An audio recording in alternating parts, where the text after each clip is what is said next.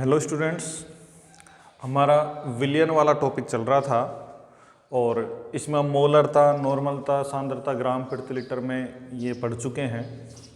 अब का जो हमारा आज का टॉपिक है वो है सांद्रता का ही एक प्रकार है मोल भिन्न या मोल अंश। मोल भिन्न या मोल अंश, जिसको इंग्लिश में मोल फ्रैक्शन कहते हैं।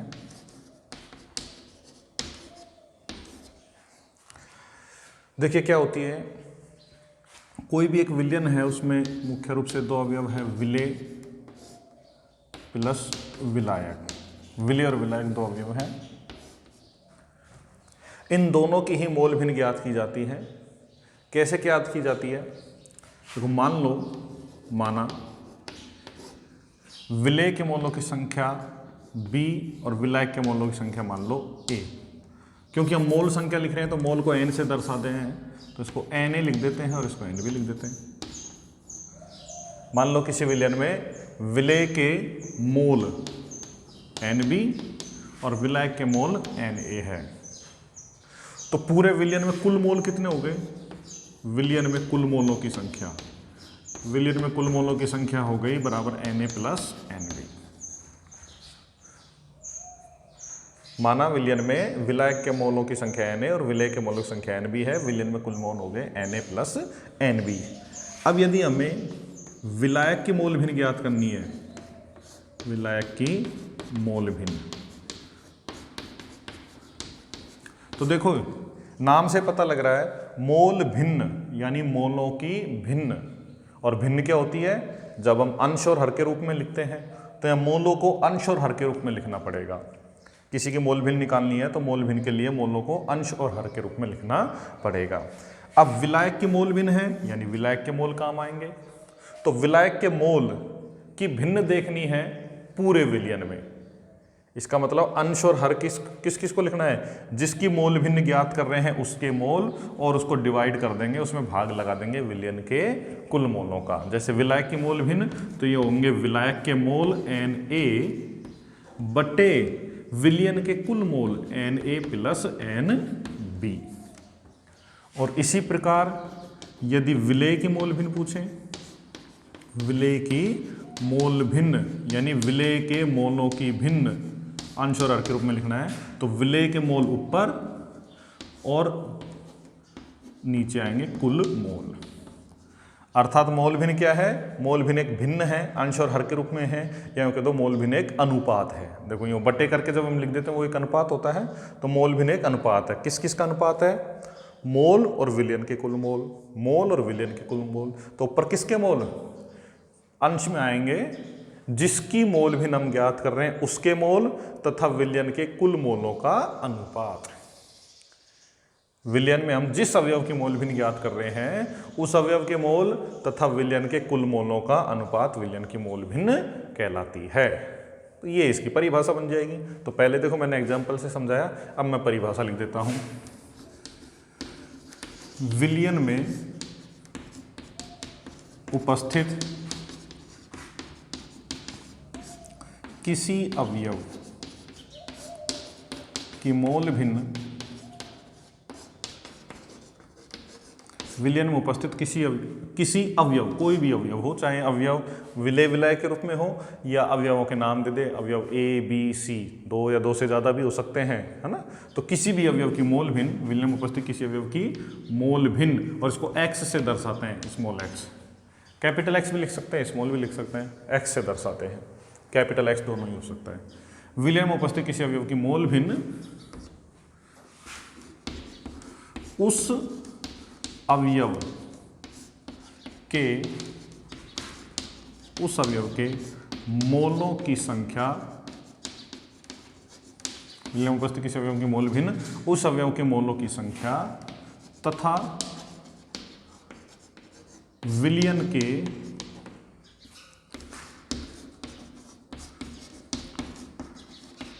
कुल मोलों की संख्या का अनुपात होती है।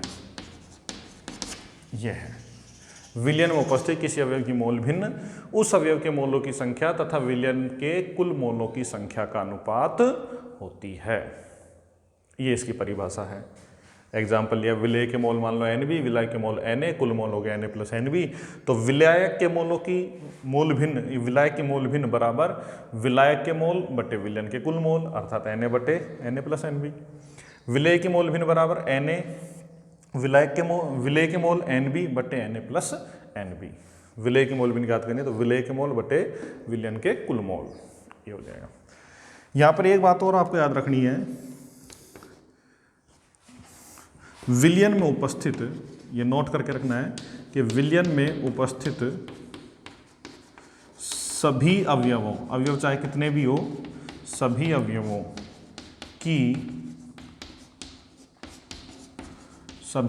की मोल भिन्नों का योग सदैव यानी हमेशा 1 के बराबर होता है, 1 के बराबर होता है। क्योंकि ये मोल भिन्न जो निकाल रहे हैं वो 1 में से देखते हैं वो भिन्न को, तो विलय में उपस्थित सभी अवयवों की मोल भिन्नों का योग सदैव 1 के बराबर होता है। यानी कितने भी अवयव हो सबकी मोल भिन्नों का जब हम जोड़ेंगे तो जोड़ उसका योग 1 आएगा। देखो एग्जाम्पल से लेते हैं उदाहरण, मान लो कोई विलयन है, उसमें 3 अवयव है A plus B plus C, ये 3 अवयव है, ये है अवयव। इनकी जो मोल संख्या है विलयन में, मोलों की संख्या वो A की है मान लो Na, B अवयव के हैं मोल या मान लो Nb और अवयव C के हैं मोल Nc। तो जो मोल भिन्न आएगी, मोल भिन्न बराबर x की मोल भिन्न को यदि हम बात करें XA तो बराबर, x से दर्शाते हैं A की मोल भिन्न। यदि हम A की मोल भिन्न लेनी है तो उसे हम क्या लिखेंगे XA मोल भिन्न, ये XA ये हो जाएगी लो, इसकी मोल भिन्न XA, B की मोल भिन्न XB और C की मोल भिन्न XC। कितनी होगी? A की मोल भिन्न XA बराबर A के मोल बटे विलयन में उपस्थित कुल मोल, A के मोल बट्टे विलयन में उपस्थित कुल मोल। तो A के मोल कितने हैं? Na और बट्टे में कुल मोल कितने हैं? Na plus Nb plus Nc, ये कुल मोल हो गए। इसी प्रकार B की मोल भिन्न XB बराबर B के मोल बट्टे विलयन के कुल मोल ये हैं। तो B के मोल हैं Nb बट्टे कुल मोल Na plus Nb plus Nc। और इसी प्रकार यदि C की मोल भिन्न पूछें तो XC बराबर Nc बटे Na plus Nb plus Nc। समझ आया इतना? A की मोल भिन्न A के मोल बटे कुल मोल, B के मोल भिन्न B के मोल बटे कुल मोल और C की मोल भिन्न C के मोल बटे कुल मोल। क्योंकि मोल भिन्न होती है किसी भी अवयव की मोल भिन्न उस अवयव के मोलों की संख्या तथा विलयन में उपस्थित कुल मोलों की संख्या का अनुपात। अब हमने एक नोट लिखवाया कि विलयन में उपस्थित सभी अवयवों के मोल भिन्नों का योग सदैव 1 के बराबर होता है। तो ये सही है क्या नहीं, उसको देखो चेक करते हैं। यहां पर विलयन में 3 अवयव हैं A B C, तो तीनों की मोल भिन्नों का योग यानी XA plus XB plus XC बराबर क्या है? Na बटे Na plus Nb plus Nc plus ये XA का मान हो गया। अब XB का मान Nb बटे Na plus Nb plus Nc और XC का मान Nc बटे Na plus Nb plus Nc। ये आ गए तीनों। योग करना है तो एलसीएम लेंगे, लघुत्तम लेंगे और लघुत्तम देखो तीनों में सेम चीज़ है तो एलसीएम आ जाएगा Na plus Nb plus Nc। और इस तरह जब हल करते हैं तो ये हर का भाग इसमें लगाते हैं लघुत्तम में, एक बार जो आएगा उस एक को ऊपर वाले अंश से गुणा कर देते हैं तो ये आया Na प्लस, इसी प्रकार इसके हर का भाग इसमें लगाया, एक बार गया, एक को ऊपर Nb से गुणा किया Nb और प्लस इसी तरह इसका Nc। तो ये देखिए X A plus X B plus X C N A बराबर N A plus N B plus N C बट्टे N A plus N B plus N C, cancel out हो गए, कट गए, और बराबर कितना आया 1। समझ आया? ध्यान से देखो। तो ये सिद्ध होता है कि विलयन में उपस्थित सभी अवयवों की मोल भिन्नों का योग सदैव 1 के बराबर होता है। देखिए हर चीज़ सिद्ध की हुई है, तो इस तरह के जब नोट आ जाते हैं तो ऐसे नहीं कि वो रटना है, आपको समझना है। और हमारा प्रयास यही है कि हम आपको हर चीज़ को डिटेल से समझाएं। रटनी नहीं है, कोई भी चीज़ समझ करके करनी है।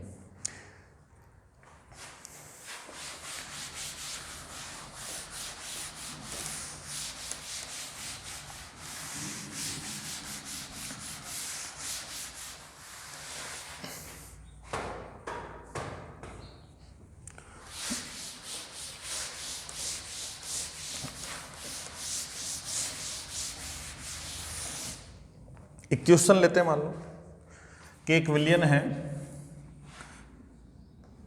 एल्कोहल का जलीय विलयन, ये नाम लिख दें, लिखो एल्कोहल के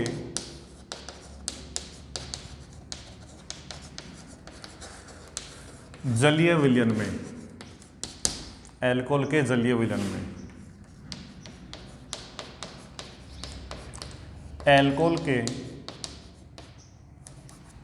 एल्कोहल के 2 मोल, एल्कोहल के 2 मोल जल के 8 मोलों, जल के कितने मोलों? 8 मोलों में घुले हुए हैं,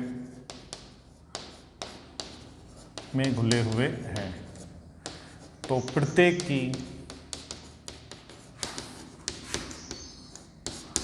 मोल भिन्न ज्ञात करो, प्रत्येक की मोल भिन्न ज्ञात करो। तो सवाल को जैसे कि मैं बताता हूं कि आपको ध्यान से पढ़ना है। एल्कोहल का जलीय विलयन है जिसमें 2 अवयव है, एल्कोहल और जल। तो एल्कोहल के मोल कितने दिए? एल्कोहल के मोल, देखो मोलों को हम एन से दर्शाते हैं, एल्कोहल के हैं तो यहाँ नीचे एल्कोहल लिख देंगे। एल्कोहल बराबर कितने हैं? 2 मोल। जल के मोल एन जल के मोल की संख्या बराबर कितने हैं? 8 मोल। अब हमें प्रत्येक की मोल भिन्न ज्ञात करनी है। देखो सबसे पहले जैसे ले एल्कोहल की मोल भिन्न, एल्कोहल की मोल भिन्न किससे दर्शाएंगे? एक्स एल्कोहल बराबर क्या होगी मोल भिन्न? जिस अवयव की मोल भिन्न ज्ञात करते हैं उस अवयव के मोल बटे कुल मोल। जिस अवयव की मोल भिन्न ज्ञात करते हैं तो मोल एल्कोहल के बटे कुल मोल, यानी एल्कोहल के मोल और प्लस में जल के मोल। अब बताओ एल्कोहल के मोल कितने हैं? 2 और कुल मोल 2 + 8 यानी 2/10 और 2/10 का मतलब 0.2। ओके, मात्रक। तो देखो ऊपर हमने लिखी है मोलों की संख्या और नीचे हर में भी हमने लिखी है मोलों की संख्या। मोलों की संख्या का मात्रक मोल और यहाँ भी मोलों की संख्या का मात्रक मोल। मोल से मोल कैंसिल आउट हो जाएगा, अर्थात इसका कोई मात्रक नहीं होता। तो ये चीज़ भी ध्यान रखना कि जो मोल भिन्न है, मोल भिन्न वो कैसी होती है? वो होती है मात्रक विहीन। मोल भिन्न मात्रक विहीन होती है, कोई मात्रक आगे नहीं आएगा। चलिए जल की मोल भिन्न,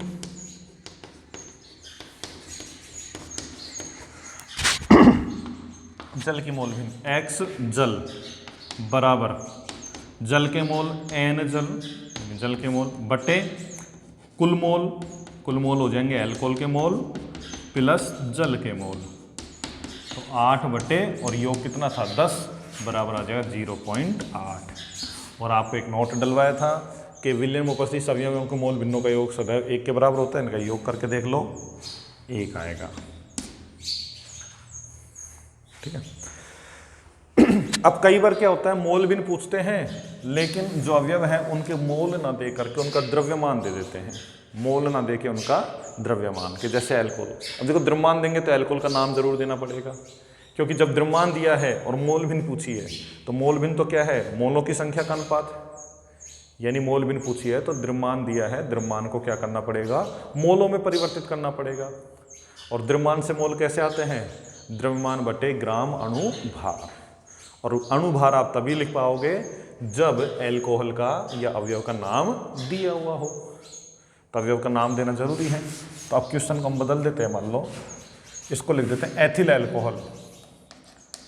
एथिल अल्कोहल के जलीय विलयन में जो अल्कोहल है उसका कुछ द्रव्यमान दे दिया,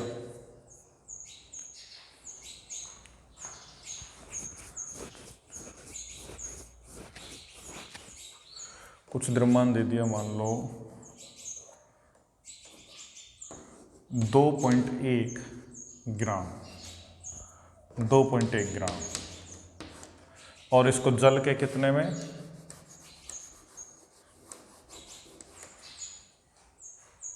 जल के मान लो 45 ग्राम में घुले हुए हैं। एथिल अल्कोहल के जलीय में अल्कोहल का 2.1 ग्राम जल के 45 ग्राम में घुला हुआ है, प्रत्येक के मोल भिन्न ज्ञात करो। तो मोल भिन्न निकालने के लिए वही हमको अल्कोहल का द्रव्यमान चाहिए, मोल चाहिए। अब देखो बच्चे क्या गलती करते हैं, अल्कोहल के मोल बराबर 2.1, जल के मोल बराबर 45, गलत। ये मात्रक लग रहा है ग्राम, और ग्राम किसका मात्रक होता है, द्रव्यमान का मात्रक होता है। ग्राम किसका मात्रक होता है, द्रव्यमान का। तो यहाँ पर अल्कोहल का द्रव्यमान दिया है, अल्कोहल, एथिल अल्कोहल सूत्र होता है बेटा C2H5OH, और जल, जल तो जानते हो H2O है ना। तो C2H5OH का द्रव्यमान दिया है 2.1 ग्राम, और H2O का द्रव्यमान दिया है 45 ग्राम। हमसे मोल भिन्न पूछिए प्रत्येक की, और मोल भिन्न निकालने के लिए हमको चाहिए मोलों की संख्या, और सूत्र होता है मोल संख्या बराबर द्रव्यमान बटे जिसकी मोल संख्या पूछे उसका ग्राम अणुभार, ग्राम अणुभार। इसको GMM लिखते हैं शॉर्ट में, GMM, ग्राम मोलिकुलर मास। तो इसलिए C2H5 के मोल चाहिए हमें, C2H5OH के मोल, या उसको हम कह देंगे N यानी मोलों की संख्या, किसके मोल की संख्या, N ऑफ C2H5OH बराबर, तो इसका द्रव्यमान C2H5OH का द्रव्यमान कितना है, इसका द्रव्यमान, क्योंकि मोल संख्या बराबर द्रव्यमान, तो C2H5 के मोल बराबर इसका द्रव्यमान कितना है 2.1 ग्राम, बटे इसका ग्राम अणुभार। अब ग्राम अणुभार संख्या तो वही होती है जो अणुभार की होती है, तो निकालो। देखो कार्बन का परमाणु भार होता है 12, 2 कार्बन परमाणु है तो 12 दूनी 24। हाइड्रोजन परमाणु भार होता है 1, हाइड्रोजन परमाणु कितने हैं 5, ये C2H5 में और 1 OH में, 5 और 1 6। और ऑक्सीजन का परमाणु भार होता है 16, तो कितने हो गए 24 है 30, 30 और 16 46। ठीक है, तो ये देखो मैं इसको, क्योंकि कैलकुलेशन थोड़ी लंबी हो जाएगी इसलिए मैं इसको 2.3 ग्राम कर देता हूँ। कितना कर देता हूँ 2.3 ग्राम, ताकि थोड़ा इजी हो जाए, नहीं तो कैलकुलेशन में लंबी आएगी। तरीका समझ रहा है अपन को, तो कैलकुलेशन तो फिर बाद में कर ही लेंगे। 24, 6 एंड 16, 46, तो ये 46 से डिवाइड हो जाएगा। क्लियर हुआ। अब देखो 23 दूनी 46 होते हैं, लेकिन इसमें पॉइंट लग रहा है, पॉइंट का नीचे 10 आ जाएगा, 2 और 10 1/20 मोल, 1/20 मोल। इसको यदि दशमलव में लेना चाहें तो हो जाए 0.05, सही है। इसी प्रकार H2O के मोल बराबर N ऑफ H2O बराबर कितना आएगा, H2O का द्रव्यमान 45 बटे H2O का मोलर द्रव्यमान या ग्राम अणुभार। H2O कितना होता है 18 होता है ना, H2O हाइड्रोजन का 2 और ऑक्सीजन का 16, 18। अब कितनी बार कटा 2.5, ये मोल, ये भी मोल। अब निकाल लेंगे मोल भिन्न, x मोल भिन्न ऑफ C2H5OH बराबर, मोल भिन्न का सूत्र क्या होता है था, जिसकी मोल भिन्न ज्ञात करनी है उसकी मोल, तो इसके मोल कितने हैं 0.05 बटे कुल मोल, तो ये दोनों जुड़ जाएंगे, है ना, तो ये 0.05 प्लस 2.5 बराबर कितना आ जाएगा 0.05 बटे 2.55। क्लियर हुआ, बराबर 5/255 कर सकते हो आप इसे, 5 का भाग चल जाएगा 1/51, और इसको जब सोल्व कर सकते हैं अपन कितनी बार, देखो 0 पॉइंट लगाया, 1 0 बढ़ेगा, है ना, 10 हो गए, नहीं गया भाग 0, फिर 1 0 लगा, 100 हो गए। अब कितनी बार जाएगा 51 का, एक बार, फिर 49 0, 9 बार चल जाएगा, 9 बार, तो 0.019, और इसका मात्रा कुछ होता नहीं है। इसी प्रकार x ऑफ H2O जल की मोल भिन्न, तो जल के मोल कितने हैं 2.5, और बट्टे कुल मोल यहाँ पे हमने किए थे 2.55, तो ये आ जाएगा 250/255, 250/255। इसको सोल्व कर लेंगे, एक बार तो जाएगा नहीं, 0 10, अब यहाँ 0 लगेगा तो ये चल जाएगा 9 बार, 0.9, और फिर आगे लगभग 8 बार चल जाएगा, तो ये मोल भिन्न हो जाएगी।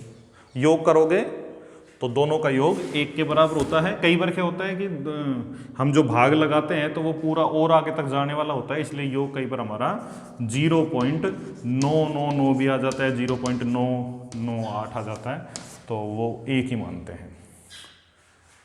तो मोल भिन्न समझ आ गई होगी आपको। किसी भी अवयव की मोल भिन्न ज्ञात कर सकते हैं विलयन में, और वो उस अवयव के मोलों की संख्या तथा कुल मोलों की संख्या का अनुपात होती है। क्वेश्चन में कई बार हमको द्रव्यमान दे देते हैं, तो द्रव्यमान से पहले मोल निकालते हैं, और मोल निकालने के बाद में फिर मोल भिन्न ज्ञात करते हैं। अक्सर गलती यही हो जाती है कि द्रव्यमान को ही अनुपात में रख के, नहीं, यदि द्रव्यमान को हम इस तरह अनुपात में रखें तो उसे हम बोलते हैं फिर द्रव्यमान भिन्न। जैसे C2H5 का द्रव्यमान 2.1 ग्राम और H2O का द्रव्यमान 45 ग्राम, तो आप कहेंगे C2H5OH की द्रव्यमान भिन्न बताओ, तो 2.1 बटे 2.1 प्लस 45 यानी 47.1। इसी तरह H2O का द्रव्यमान भिन्न, तो 45 बटे 47.1, वो द्रव्यमान भिन्न कहलाएगी। मोल भिन्न के लिए हमको पहले मोल ज्ञात करने पड़ेंगे।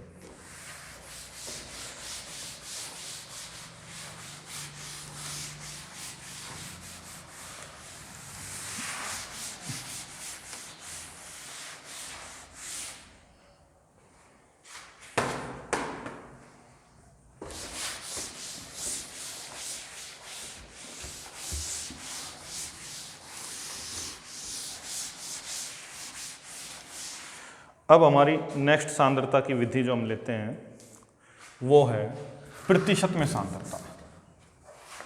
प्रतिशत के रूप में भी सांद्रता को दर्शाया जाता है, प्रतिशत सांद्रता, और ये 3 प्रकार से है। नंबर 1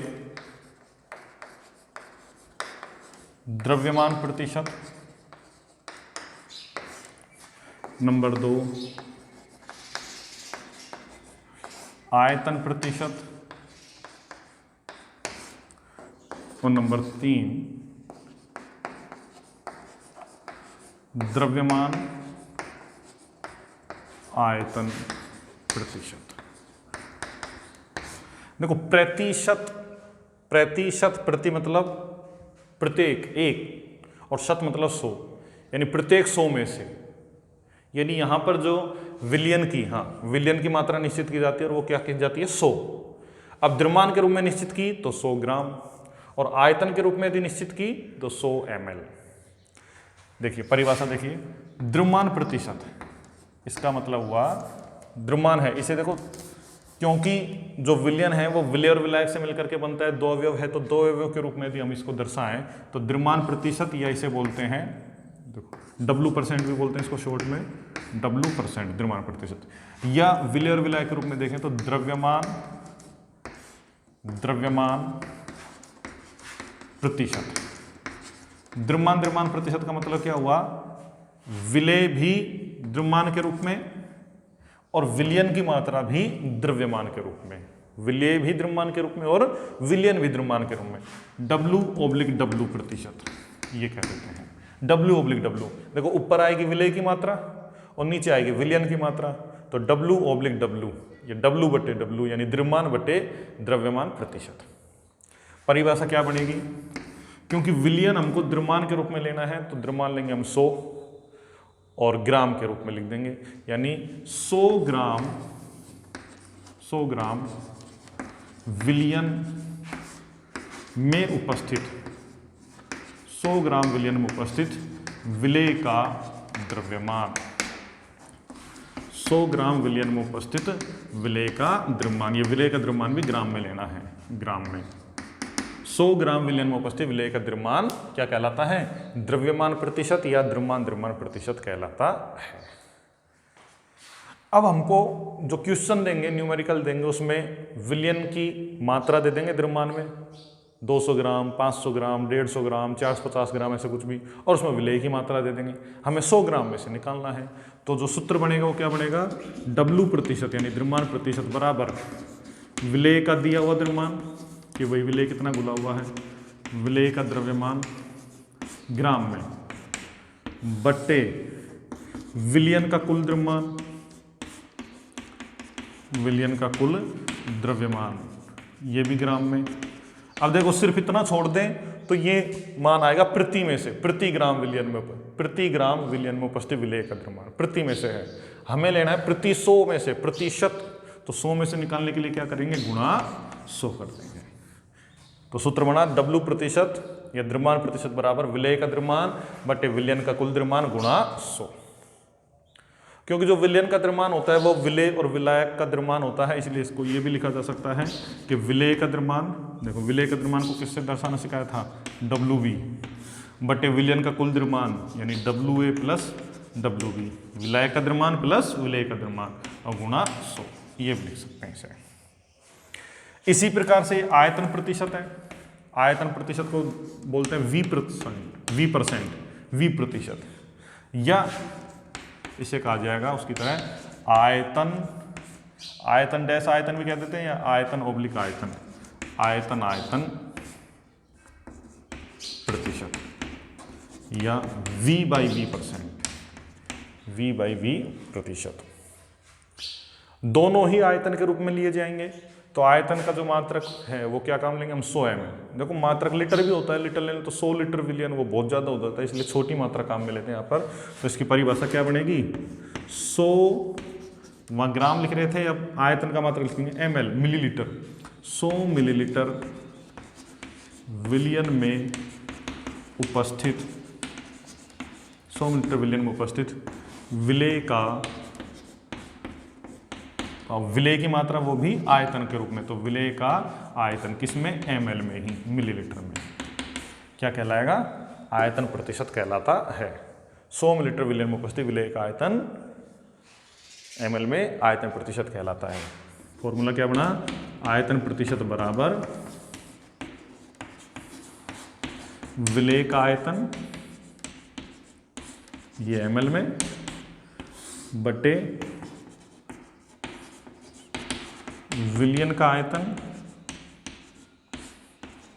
ये भी ml में और गुणा 100। सिर्फ इतना छोड़ें तो प्रति में से हो जाएगा, गुणा 100 कर दिया तो प्रतिशत यानी प्रति 100 में से हो जाएगा, गुणा 100। द्रव्यमान आयतन प्रतिशत इसको बोलते हैं W/V%, W/V।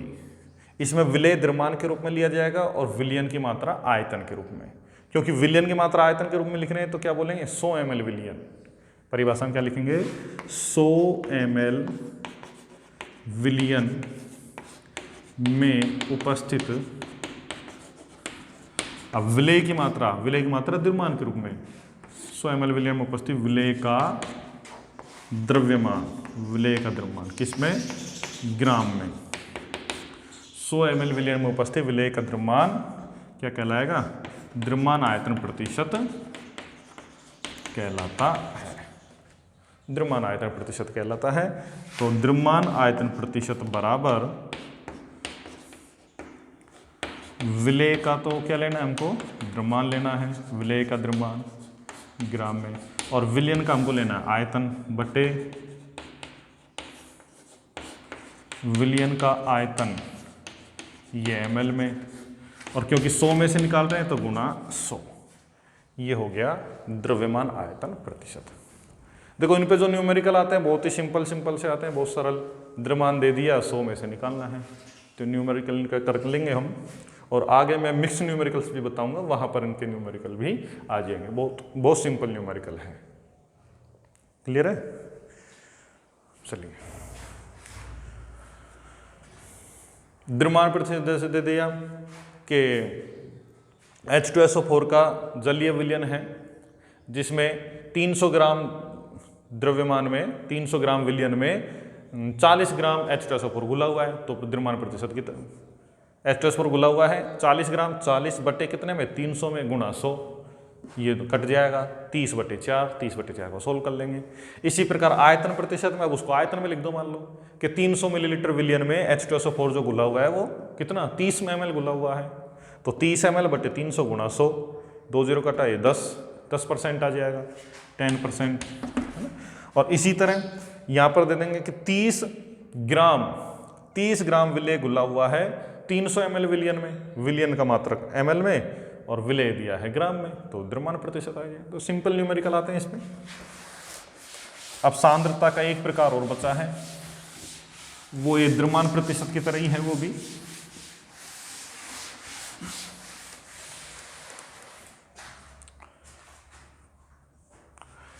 उसे हम लिखते हैं ppm, बोलते हैं इसको पार्ट पर मिलियन, पार्ट पर मिलियन। देखो पार्ट यानी भाग, पर यानी प्रत्येक, कितना प्रत्येक, मिलियन का मतलब होता है 10 लाख, 10 की पावर 6। प्रत्येक 10 लाख में से विलेय का भाग कितना है, तो ये जो प्रत्येक 10 लाख है ये क्या है, विलयन की मात्रा, विलयन की 10 लाख मात्रा दी होगी। अब वो 10 लाख क्या, द्रव्यमान किस रूप में होगा, द्रव्यमान के रूप में। अब द्रव्यमान का छोटा मात्रा क्या, ग्राम, हम कहते हैं प्रत्येक 10 लाख ग्राम विलयन में विलेय कितना है।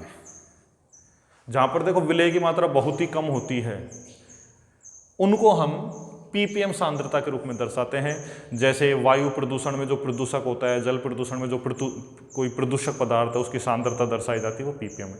जैसे जल में मान लो फ्लोराइड है, तो फ्लोराइड बहुत कम मात्रा में है, उसकी सांद्रता ppm में दर्शाई जाएगी, क्योंकि 10⁶ में जो मात्रा होगी वही बहुत कम है। अब यदि हम परसेंट के रूप में दिखाएं तो 100 में तो और भी कम मात्रा आएगी, वो 0.0000 इस तरह करके आएगी।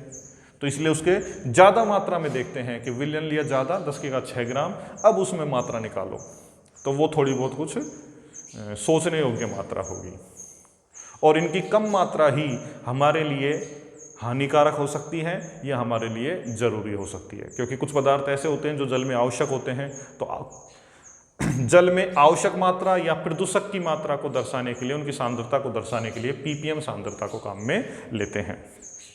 परिभाषा क्या है इसकी, देखो 10⁶ ग्राम या 10 लाख ग्राम विलयन में उपस्थित विलेय का द्रव्यमान ppm सांद्रता या पार्ट पर मिलियन सांद्रता कहलाती है। तो ppm में सांद्रता बराबर विलेय का द्रव्यमान ग्राम में बटे विलयन का द्रव्यमान, ये भी ग्राम में। सिर्फ इतना करते हैं तो ये 1 ग्राम विलयन में आएगा, 1 ग्राम विलयन में।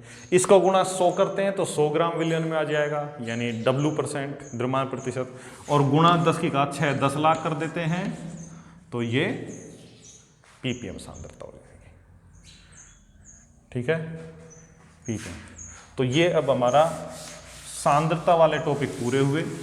अब इन पर बेस्ड कुछ देखो सिंपल न्यूमेरिकल्स मैंने साथ साथ एग्जाम्पल में करवा दिए थे, कुछ थोड़े अच्छे न्यूमेरिकल्स हम नेक्स्ट वीडियो में लेकर के आएंगे। थोड़े अच्छे न्यूमेरिकल होंगे, वो थोड़ा दिमाग लगाने वाले होंगे, वो नेक्स्ट वीडियो में लाते हैं। ठीक है, थैंक यू।